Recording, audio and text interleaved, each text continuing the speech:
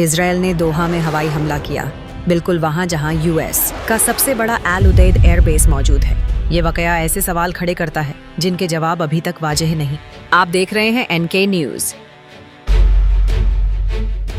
आज हम बात कर रहे हैं एक ऐसे हमले की जिसने पूरे रीजन की सियासत और हिफाजत पर नए सवाल खड़े कर दिए हैं। अल उदैद एयरबेस के गिर्द हर जेट का पता चलना मुमकिन है। नाजरीन कहते हैं कि यूएस के पास कम से कम इस हमले की मालूमात होना चाहिए थी, या उन्हें बाद में आगाह किया गया। कुछ एनालिस्ट्स ये भी समझते हैं कि ये हमला सिर्फ इजराइल का अकेला कदम नहीं था, बल्कि एक पैगाम था जो ताकत और अलायंसेस पर सवाल उठाता है। इसी वजह से वॉशिंगटन के किरदार पर अब नई बहस शुरू हो चुकी है।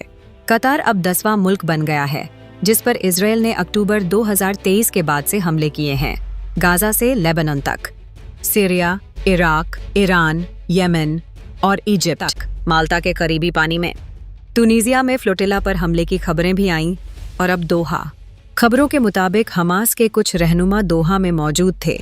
खास तौर पर खलील अल हय्या का नाम सामने आया।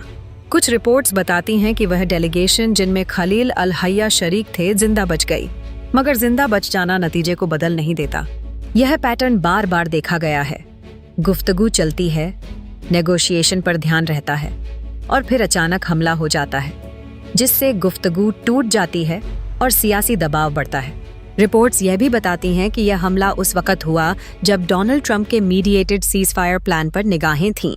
ये वाकया ये सवाल खड़ा करता है, क्या किसी अरब मुल्क की हिफाजत सिर्फ इजराइल की सहूलियत पर मौकूफ है?